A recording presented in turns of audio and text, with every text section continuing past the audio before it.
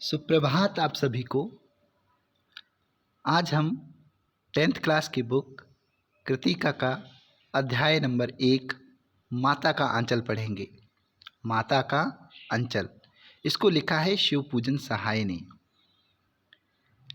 यहाँ बात हो रही है माता के अंचल की।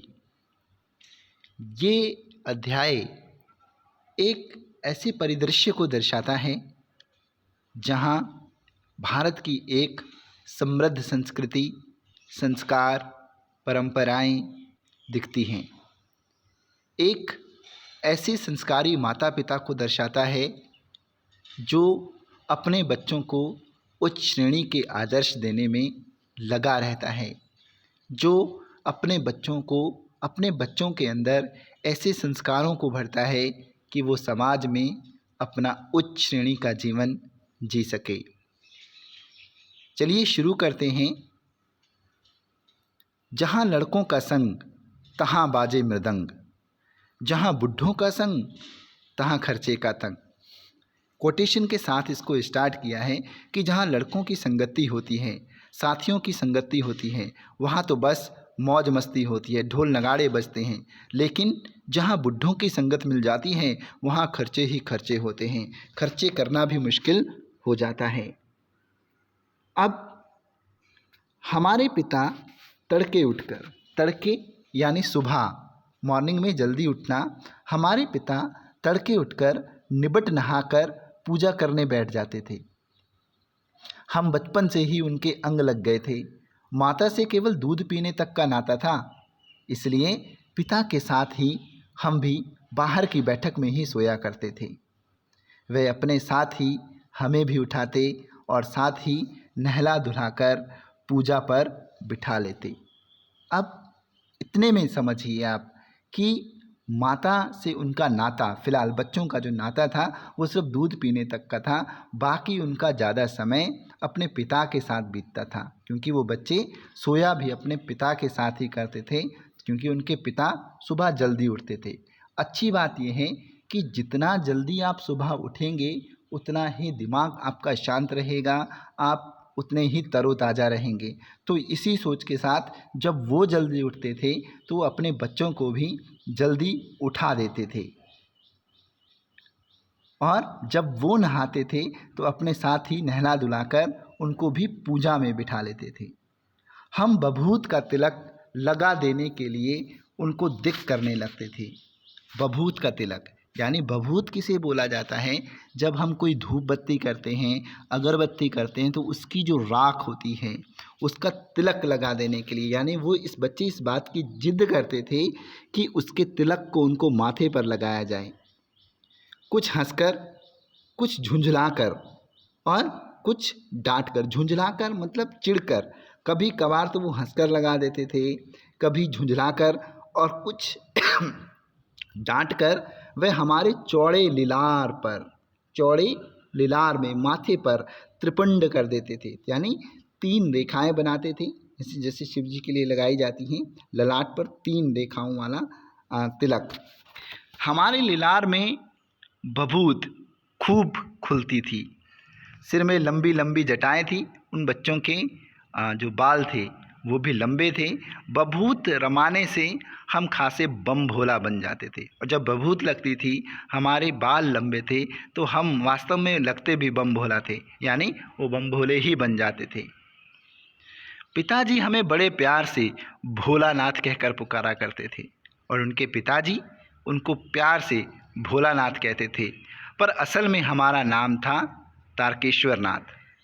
लेकिन वास्तव में इस राइटर का नाम, इस लेखक का नाम तारकेश्वर नाथ था।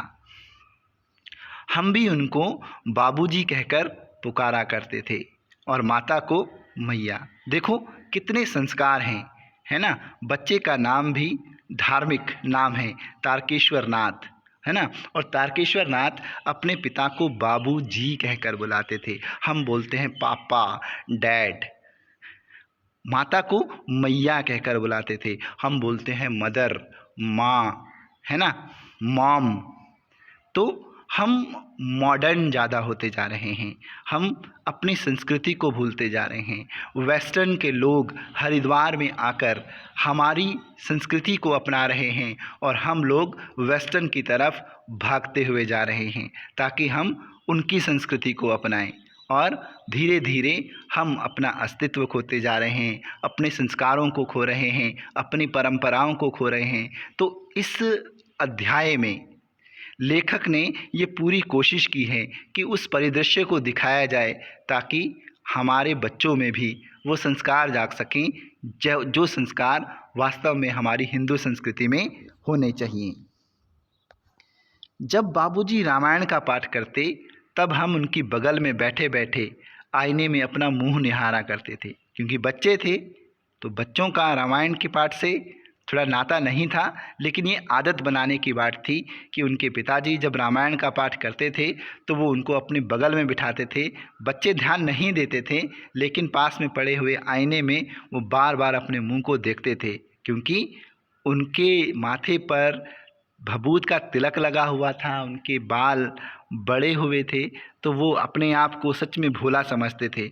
जब वह हमारी ओर देखते तब हम कुछ लजाकर और मुस्कुराकर आईना नीचे रख देते थे, और जब वो हमारी तरफ देखते थे रामायण का पाठ करते करते, जब उनकी नज़र उन पे पड़ती थी तो वो शर्मा जाते थे और उस आईने को नीचे रख देते थे और फिर वो पाठ करते करते हुए मुस्करा भी देते थे, मुस्करा भी पड़ते थे। पूजा पाठ कर चूकने के बाद वह राम राम लिखने लगते थे, है ना।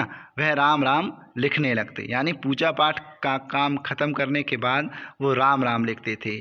अपनी एक रामनामा बही पर 1000 राम नाम लिखकर वह उसे पाठ करने की पोथी के साथ बंद कर रख देते थे। यानी इस तरह से वो भगवान श्री राम का नाम भी लिखते थे, है ना। नाम ये होता है एक तरह का सिमरन है कि जब हम ईश्वर का नाम बार बार लें तो वो एक तरह का सिमरन होता है।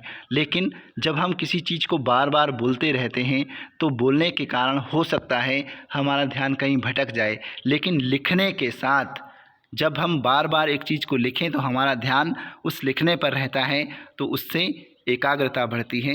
तो उन्होंने एक पोथी बना रखी थी, एक पोथी थी, उसके साथ वो 1000 बार राम का नाम लिखकर उस पोथी के साथ उसको बांधकर रख देते थे। फिर 500 बार कागज़ के छोटे छोटे टुकड़ों पर राम नाम लिखकर आटे की गोलियों में लपेटते और उन गोलियों को लेकर गंगा जी की ओर चल पड़ते थे। देखिए कितने संस्कार हैं। 500 बार, है ना, कागज़ के छोटे छोटे टुकड़ों पर भगवान श्री राम का नाम लिखते थे। 500 छोटे छोटे कागज़ के टुकड़ों पर उनको फिर आटे की गोलियों में लपेटते थे और उन गोलियों को गंगा जी की ओर लेकर चल पड़ते थे, वहाँ ले जाया करते थे। उस समय भी हम उनके कंधे पर विराजमान रहते थे। जब वो वहाँ भी जाते थे ना, हम तब भी उनके कंधे पर बैठे रहते थे। जब वे गंगा जी में एक एक आटे की गोलियां फेंककर मछलियों को खिलाने लगते तब भी हम उनके कंधे पर ही बैठे हंसा करते थे। फिर वो करते क्या थे, वो 500 बार कागज़ के टुकड़ों पर लिखी हुए भगवान श्री राम के नाम की आटे की गोलियों को, यानी 500 आटे की गोलियों को वो एक एक करके गंगा में मछलियों को खिलाते थे। तो उस टाइम भी वो बच्चे उनके कंधे पर बैठे हुए होते थे और वो उनके साथ हंसा करते थे। जब वे मछलियों को चारा देकर घर की ओर लौटने लगते तब बीच रास्ते में झुके हुए पेड़ों की डालों पर हमें बिठाकर झूला झुलाते थे। बताइए कितना प्यार है, कितना स्नेह है एक पिता का, जो बच्चों की इतने शैतानियों को उठाते हैं, बच्चों के इतने लाड को झेलते हैं। कंधे पर बच्चों को गंगा तट पर ले जाना, उसके बाद फिर वापस उनको कंधे पर ही लेकर आना और बागीचे में पेड़ों की झुकी हुई डालियों पर उनको बिठाकर झूला झुलाना, ये एक संस्कारी बाप का ही काम हो सकता है। ऐसा लाड प्यार एक संस्कारी और पारंपरिक पिता ही दे सकते हैं। कभी कभी बाबूजी हमसे कुश्ती भी लड़ते थे, यानी अपना लगभग जितना भी समय वो घर में बिताते थे वो अपने बच्चों के साथ ही बिताते थे। वो उन बच्चों के साथ कुश्ती भी लड़ते थे। वे शिथिल होकर हमारे बल को बढ़ावा देते थे। कई बार वो अपनी ताकत को नहीं आजमाते थे, है ना, बल्कि उनके बल को बढ़ाते थे और हम उनको पछाड़ देते थे और उनके सामने उनके पिता यानी लेखक के पिता हार जाते थे। यह उतान पड़ जाते और हम उनकी छाती पर चढ़ जाते। वो सीधे पड़ जाते थे और वो उनकी छाती पर बैठ जाते थे। जब हम उनकी लंबी लंबी मूछें उखाड़ने लगते तब वे हंसते हंसते हमारे हाथों को मूछों से छुड़ाकर हमें चूम लेते थे। फिर हम कोशिश करते थे कि उनकी मूछों को उखाड़ें, तब वो हंसते थे और हंसते हंसते हमारे हाथों को अपनी मूछों से हटाकर हमें चूम लेते थे, हमें इतना लाड करते थे। फिर जब हमसे खट्टा और मीठा चुम्मा मांगते तब हम बारी बारी कर अपना बायां और दाहिना गाल उनके मुंह की ओर फेर देते थे। लाड करने का एक बड़ा अजीब सा तरीका है। बच्चों को अलग अलग तरीके से लाड लडाना, ये पिता उनको अलग अलग तरीके से लाड लटाते थे। उनको बोलते थे कि किसका चुम्मा खट्टा है, किसका चुम्मा मीठा है, और वो बारी बारी उनसे चुम्मा मांगते थे। फिर किसी को बाएं गाल पर, किसी को दाएं गाल पर चूमते थे। बाएं का खट्टा चुम्मा लेकर जब वे दाहिने का मीठा चुम्मा लेने लगते, अपनी दाढ़ी या मूछ हमारे कोमल गालों पर गड़ा देते थे। तो वो क्या करते थे, उनकी दाढ़ी और उनकी मूछ जब उनके गालों पर गड़ती थी, चुभती थी, हम झुंझला कर फिर उनकी मूछें नोचने लग जाते थे। वो फिर चिढ़कर फिर उनकी मूछों को नोचने लगते थे। इस पर वह बनावटी रोना रोने लगते थे और इस पर वो दिखावा करते थे कि उनको रोना आ रहा है। हम अलग खड़े खड़े खिलखिलाकर हंसने लग जाते थे। फिर जब उनके पिता रोने का बहाना करते थे तो फिर वो हंसने लग जाते थे। उनके साथ हंसते हंसते जब हम घर आते तब उनके साथ ही हम भी चौके पर खाने बैठते थे। चौका होता है एक तरह की चौकी बोल सकते हैं हम, जिस पर बैठकर खाना खाया जाता है। वह हमें अपने ही हाथ से फूल के एक कटोरे में गोरस और भात छानकर खिलाते थे। भात होते हैं चावल, वो छानकर उनको खिलाते थे। जब हम खाकर अफर जाते थे यानी उनका पेट भर जाता था, तब मैया थोड़ा और खिलाने के लिए हट करती थी। तो उसकी माँ बोलती थी, बस इतना सा ही खाया है, थोड़ा और खा लो। वे बाबूजी से कहने लगती, आप तो 4-4 दाने के कौर बच्चे के मुंह में देते जाते हैं। बोलते हैं कि आप तो 4-4 दानों के कौर मतलब दाने बच्चों के मुंह में डालते हैं। इससे वह थोड़ा खाने पर भी समझ लेता है कि हम बहुत खा गए। यानी इससे वो थोड़ा बहुत ही खाते हैं बच्चे और वो ये समझ लेते हैं कि उन्होंने बहुत खा लिया है। आप खिलाने का ढंग नहीं जानते। बच्चे को भर मुंह कौर खिलाना चाहिए, यानी बच्चे के मुंह में इतना डालो जितना उसके मुंह में आ जाए, यानी उसका पूरा मुंह भरकर उसे खिलाना चाहिए, ताकि वो कुछ देर खाने के बाद अगर वो खाना छोड़ भी दे तो उसका पेट भर जाएगा। जब खाएगा बड़े बड़े कौर तब पाएगा दुनिया में ठौर, है ना। जब खाएगा बड़े बड़े कौर तब पाएगा दुनिया में ठौर। ठौर से समझे, है ना, ज़्यादा खाएगा और हट्टा कट्टा होगा। देखिए मैं खिलाती हूँ। फिर बोलती थी कि लाओ मैं खिलाती हूँ। मर्द वे क्या जाने कि बच्चों को कैसे खिलाना चाहिए, यानी ये मर्द लोग क्या जाने, मर्दों को क्या पता है कि बच्चों को कैसे खिलाया जाता है। और महतारी के हाथ से खाने पर बच्चों का पेट भी भरता है, और जब माँ अपने हाथों से बच्चों को खाना खिलाती है तो उसका पेट भी भरता है। यह कहें वे थाली में दही भात सानती, फिर वो थाली में दही और भात को यानी चावल को मिलाती और अलग अलग तोता, मैना, कबूतर, हंस, मोर आदि के बनावटी नाम से कौर बनाकर यानी उनके निवाले बनाकर ये कहते हुए खिलाती जाती कि जल्दी खा लो नहीं तो उड़ जाएंगे, वरना ये उड़ जाएंगे।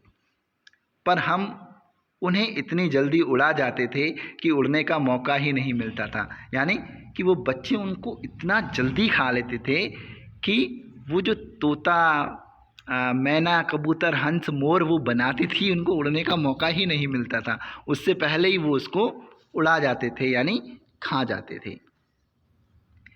जब हम सब बनावटी चिड़ियों को चट कर जाते थे तब बाबूजी कहने लगते, अच्छा अब तुम राजा हो, जाओ खेलो।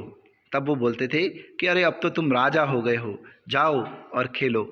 बस हम उठकर उछलने कूदने लगते थे। फिर रस्सी में बंधा हुआ कांच का घोड़ा लेकर नंग धड़ंग बाहर गली में निकल जाते थे। फिर क्या करते थे कि लकड़ी का घोड़ा जिसमें रस्सी बंधी हुई होती थी उसको जैसे तैसे कपड़ों में पहने हुए वो गली में निकल जाते थे। जब कभी मैया हमें अचानक पकड़ पाती तब हमारे लाख छटपटाने पर भी एक चुल्लू कड़वा तेल हमारे सिर पर डाल ही देती थी। यानी उनकी माँ पकड़ती थी उनके बालों को निहारने के लिए, उनके बालों को संवारने के लिए। जब वो छटपटाते थे, बच्चे छटपटाते थे, तब वो एक चुल्लू यानी कुछ थोड़ा सा तेल उनके सिर पर लगा ही देती थी। हम रोने लगते थे और बाबूजी उस पर बिगड़ खड़े होते थे। जब बच्चे रोते थे तो बाबूजी माँ पर बिगड़ते थे, यानी उनकी माँ को पर गुस्सा आता था और वह हमारे सिर में तेल बोत कर हमें उबट कर ही छोड़ती थी। लेकिन माँ हमारे माथे में तेल लगाकर ही, सिर पर तेल लगाकर ही हमें छोड़ती थी। फिर हमारी नाभि और लिलार में काजल की बिंदी लगाकर चोटी गूंथती थी। फिर क्या करती थी, उनकी नाभि में काजल, लिलार में काजल, बिंदी लगाकर उनकी चोटी गूंथती थी। उससे फूलदार लट्टू बांधकर रंगीन कुर्ता टोपी पहना देती थी। उसमें फिर फूल बांधती थी और उनको रंगीन कुर्ता टोपी पहनाती थी। हम खासे कन्हैया बनकर बाबूजी की गोद में सिसकते बाहर आते थे। फिर वो क्या करते थे, उनके बालों को कुछ इस तरह से वो निहारती थी, उनको माथे पर कुछ काजल की बिंदी ऐसे लगाती थी मानो वो कन्हैया हों, है ना, मानो वो छोटे से कृष्ण भगवान हों। और भगवान और वो अपने पिता की गोद में मतलब सिसकियाँ लेते हुए पिता की गोद में आते थे। बाहर आते ही हमारी बाट जोहने वाला बालकों का एक झुंड मिल जाता था और फिर बाहर निकलते ही उनके साथ बच्चों का एक झुंड मिल जाता था। हम उन खेल के साथियों को देखते ही सिसकना भूलकर बाबूजी की गोद से उतर पड़ते और अपने हमजोलियों के दल में मिलकर तमाशे करने लग जाते थे। और जब उन अपने साथियों के ग्रुप को वो देखते थे, झुंड को वो देखते थे, तो माँ के द्वारा उनको ज़बरदस्ती लगाया गया तेल, काजल, बिंदी जब वो तैयार हो जाते थे तो वो रोते रहते थे। जब पिता की गोद में वो जाते थे और जब उनको अपने दोस्तों का समूह मिल जाता था तो वो सब भूल जाते थे, अपने पिता की गोद से भी उतर जाते थे और अपने साथियों के साथ खेल तमाशे करने लग जाते थे। तमाशे भी ऐसे वैसे नहीं, तरह तरह के नाटक, और तमाशे भी ऐसे वैसे नहीं, अलग अलग तरह के। चबूतरे का एक कोना ही नाटक घर बनता था। चबूतरा चौकोर, है ना। बाबूजी जिस छोटी चौकी पर बैठकर नहाते थे वही रंगमंच बनती थी। यानी एक छोटी सी चौकी होती थी जिस पर उनके पिता बैठकर नहाते थे, उसी को रंगमंच बनाते थे। उसी पर सरकंडे के खंबे पर कागज़ का चंदोवा तानकर, यानी उसी पर सरकंडे का एक खंबा बनाते थे। फिर कागज़ का एक चंदोवा, यानी चंदोवा होता है एक तरह का छोटा शमियाना, यानी जिसको लहराया जाता है ताकि उन पे हवा लगे। मिठाइयों की दुकान लगाई जाती थी। उसमें चिल्लम के खोंचे पर कपड़े के थालों में ढैले के लड्डू, पत्तों की पूरी, कचौरियाँ, गीली मिट्टी की जलेबियाँ, फूटे घड़े के टुकड़ों के बताशे आदि मिठाइयाँ सजाई जाती थी। इस तरह की वो मिठाइयाँ भी बनाते थे। ठीकरों के बटकरे और जस्ते के छोटे छोटे टुकड़ों के पैसे बनते और पैसे वो ऐसे बनाते थे, हम ही लोग खरीदार और हम ही लोग दुकानदार। वही लोग खरीदार होते थे, वही लोग बेचने वाले होते थे, वही दुकानदार होते थे, वही ग्राहक होते थे। बाबूजी भी 2-4 गोरखपुरिये पैसे खरीद लेते थे और उनके पिता भी उनके साथ खेल खेल में कुछ गोरखपुरिये पैसे ले लेते थे। थोड़ी देर में मिठाई की दुकान बढ़ाकर हम लोग घरौंदा बनाते थे, फिर वो मिठाई की दुकान बंद कर देते थे, फिर वो अपना घरौंदा बनाते थे। धूल की मेड़ दीवार बनती और धूल की मेड़ से वो दीवार बनाते थे। तिनकों का छप्पर बनाते थे, दातुन के खंबे, दिया सलाई की पेटियों के किवाड़ और घड़े के मोहड़े के चूल्हे चक्की, और घड़े का जो मुंह होता था उससे चूल्हा चक्की बनाते थे। दिए की कढ़ाई और बाबूजी की पूजा वाली आचमनी कलछी बनती थी। पानी के घी, धूल के पिसान और बालू की चीनी से हम लोग ज्योनार तैयार करते थे। जोनार होता है खाना, हम खाना बनाते थे। हम ही लोग जोनार करते, हम ही लोग खाते थे और हम ही लोगों की जोनार बैठती थी और हम ही लोगों के साथ बैठते थे। यानी खाना खाने वाले भी हम, खिलाने वाले भी हम। जब पंगत बैठ जाती थी तब बाबूजी भी धीरे से आकर पात के अंत में जीमने के लिए बैठ जाते थे। तब उनके पिता भी खेल खेल में उनके साथ उस पंगत में आके बैठ जाते थे, वो भी खाने के लिए। उनको बैठते देखते ही हम लोग हंसकर और घरौंदा बिगाड़ कर भाग चलते थे। जब हम उनको बैठते देखते थे ना तो हम हंस पड़ते थे और हम अपना घरौंदा तोड़कर भाग जाते थे। वह भी हंसते हंसते लोट-पोट हो जाते और कहने लगते, फिर कब भोज होगा भोलानाथ? तो भोलानाथ बताओ फिर कब भोज होगा? कभी कभी हम लोग बारात का भी जुलूस निकालते थे। बताओ, बारात का भी जुलूस निकालते थे। कनस्तर का तंबूरा बजता था, है ना, डिब्बा, एक बड़ा तरह का कनस्तर, उसको बजाते थे। अमोले को घिसकर शहनाई बजाई जाती थी। अमोला मिट्टी का बना हुआ छिछला कटोरा। टूटी चूहेदाने की पालकी बनती, हम समधी बनकर बकरे पर चढ़ लेते और चबूतरे के कोने से चलकर बारात दूसरे कोने में जाकर दरवाजे लगती थी। वहाँ काठ की पटरियों से घिरे, गोबर से लिपे, आम और केले की टहनियों से सजाए हुए छोटे आंगन में कुल्हिए का कलसा रखा जाता था। वहीं पहुंचकर बारात फिर लौट आती थी। लौटने के समय खटोली पर लाल ओहार डालकर उसमें दुल्हन को चढ़ा लिया जाता था। लाल ओहार कपड़े से सिंचे। लौट आने पर बाबूजी ज्यों ही ओहार उघार कर दुल्हन का मुख निरखने लगते, त्यों ही हम लोग हंसकर भाग जाते थे। वो फिर से भाग जाते थे। ये बता रहे हैं कि बचपन कितना भोला होता है। बचपन में कितने खेल बच्चे आपस में खेलते हैं। उन सभी खेलों का लुत्फ़ उनके माता पिता भी उनके साथ उठाते थे। और आजकल के बच्चों के खेल कुछ अलग हैं। आजकल के बच्चों के खेल ऐसे हो गए हैं जिसमें से किसी भी तरह की हंसी नहीं है, जिसमें किसी भी तरह का व्यायाम नहीं है, जिसमें किसी भी तरह की अच्छाई नहीं है। बच्चे फ़ोन उठाते हैं, पबजी खेलते हैं और पता नहीं कौन कौन से खेल वो फ़ोनों में खेलते हैं।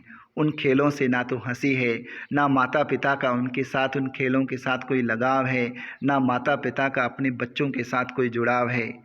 और ये जो पुराने समय के खेल थे उनमें माता पिता अपने बच्चों के साथ जुड़े रहते थे। बच्चे एक दूसरे को समझते थे। समाजीकरण की प्रक्रिया बहुत अच्छे तरीके से होती थी।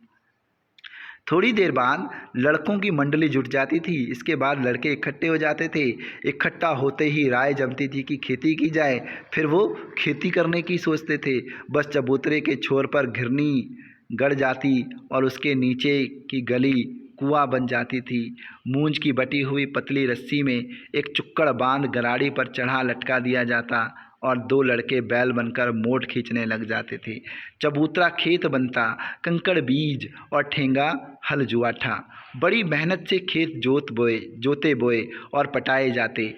फसल तैयार होते देर न लगती और हम हाथों हाथ फसल काट भी लेते थे। काटते समय गाते थे, ऊंच नीच में बई क्यारी, जो उपजी सो भई हमारी। फसल को एक जगह रखकर उसे पैरों से रौंद डालते थे।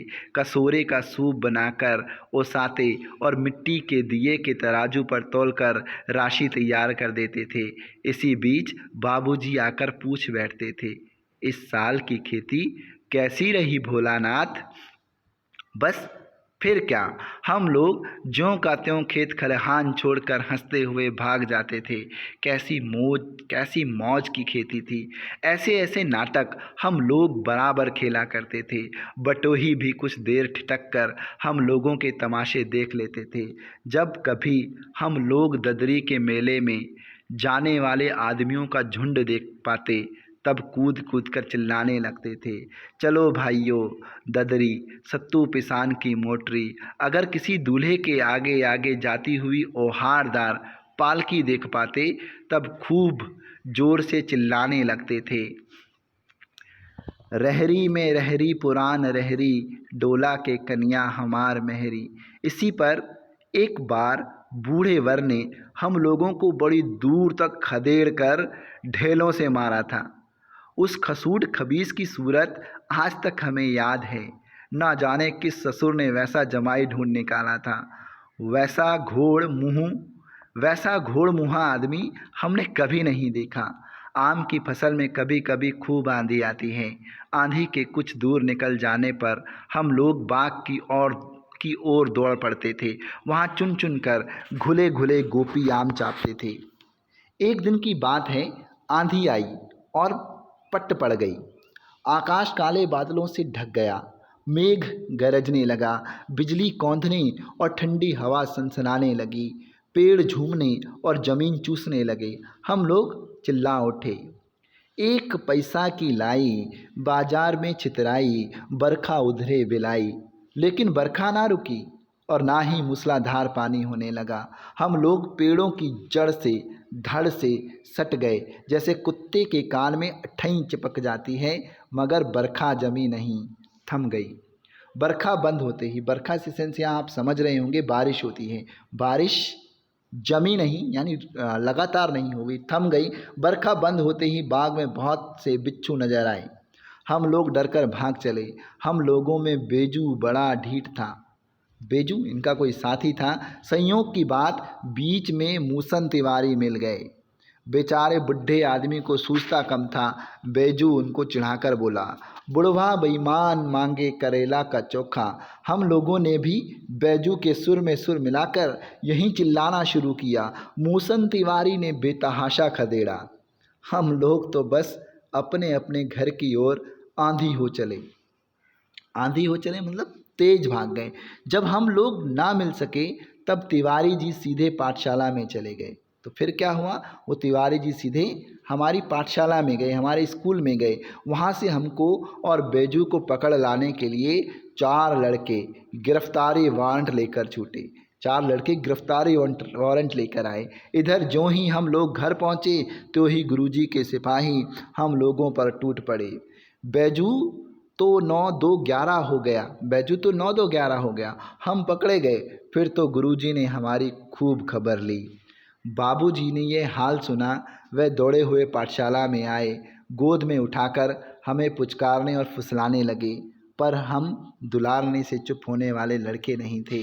रोते रोते उनका कंधा आंसुओं से तर कर दिया। वह गुरुजी की चिरौरी करके हमें घर ले चले। रास्ते में फिर हमारे साथी लड़कों का झुंड मिला। वो जोर से नाचते और गाते थे।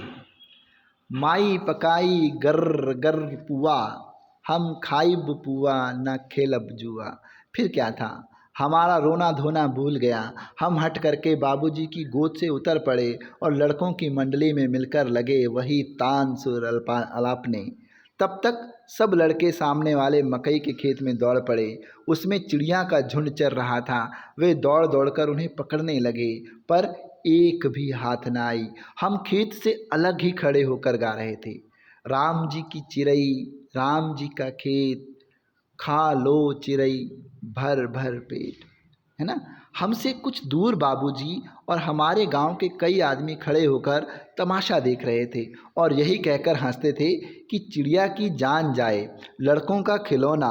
सचमुच लड़के और बंदर पराई पीर नहीं समझते। यानी यहाँ उन्होंने कंपैरिजन किया है कि लड़के और बंदर, इनका स्वभाव एक जैसा ही होता है। बंदर को किसी के दर्द से, किसी से कोई मतलब नहीं है। एक बार क्या होता है कि बंदर बारिश में भीग रहा होता है। बंदर कोई अपना घर नहीं बनाता है। बंदर अपना घर नहीं बनाता है। तो बारिश का मौसम था, तेज बारिश हो रही थी, सर्दियों का समय था और बंदर ठंड से कांप रहा था। तभी अपने घोंसले में बैठी हुई चिड़िया ने उसे बंदर को देखा।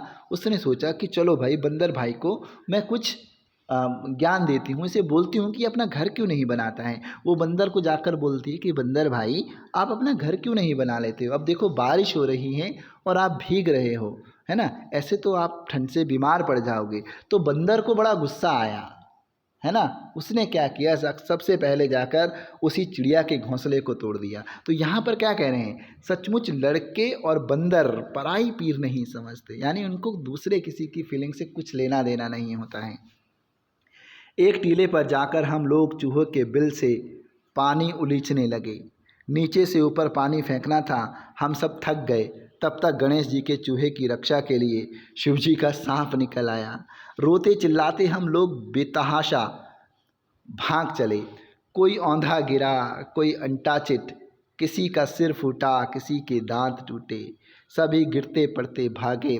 हमारी सारी देह लहूलुहान हो गई। पैरों के तलवे कांटों से छलनी हो गए। हम एक सुर से दौड़े हुए आए और घर में घुस गए। उस समय बाबूजी बैठक के ओसारे में बैठकर हुक्का गुड़गुड़ा रहे थे। उन्होंने हमें बहुत पुकारा, पर उनकी अनसुनी करके हम दौड़ते हुए मैया के पास ही चले गए, माँ के पास चले गए। जाकर उसी की गोद में शरण ली। मैया चावल अमनिया कर रही थी, है ना? मैया चावल अमनिया कर रही थी।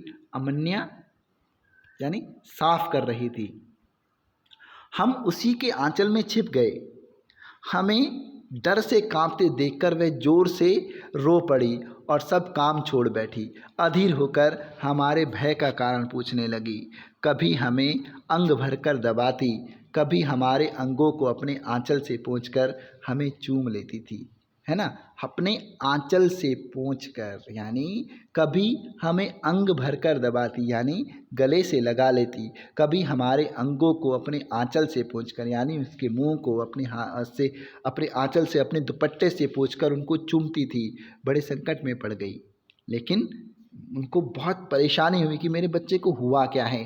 झटपट हल्दी पीसकर हमारे घाव पर थोपी गई। जल्दी से उसने हल्दी को पीसा, हमारे घाव पर लगाया। घर में कोहराम मच गया, हल्ला गुल्ला हो गया। हम केवल धीमे सुर से सा सा कहते हुए मैया के आंचल में लुके चले जाते थे। सारा शरीर थर थर काँप रहा था, रोंगटे खड़े हो गए थे। हम आंखें खोलना नहीं चाहते थे, पर वे खुलती ना थी। हम आंखें खोलना चाहते थे, पर वे खुलती न थी। हमारे कांपते हुए ओंठों को मैया बार बार निहार कर रोती और बड़े लाड से हमें गले लगा लेती थी। इस समय बाबूजी दौड़े आए। आकर झट हमें मैया की गोद से अपनी गोद में लेने लगे, पर हमने मैया के आंचल की प्रेम और शांति के चंदोए की छाया ना छोड़ी। लेकिन हम माँ के आंचल से नहीं निकले। कितना भी बड़ा डर हो, कितना भी बड़ा डर, जब माँ की गोद में आप सो जाएं, जब माँ की गोद में आप अपना सर रख दें, सारे डर दूर हो जाते हैं। एक अजीब सा सुकून मिलता है, एक अजीब सी शांति मिलती है ना? फिर हम इस बात के लिए तैयार हो जाते हैं कि अब कोई भी समस्या इतनी बड़ी समस्या नहीं है। आपको आई होप ये कहानी समझ में आई होगी, तो आप इस कहानी को लाइक और कमेंट करना ना भूलें।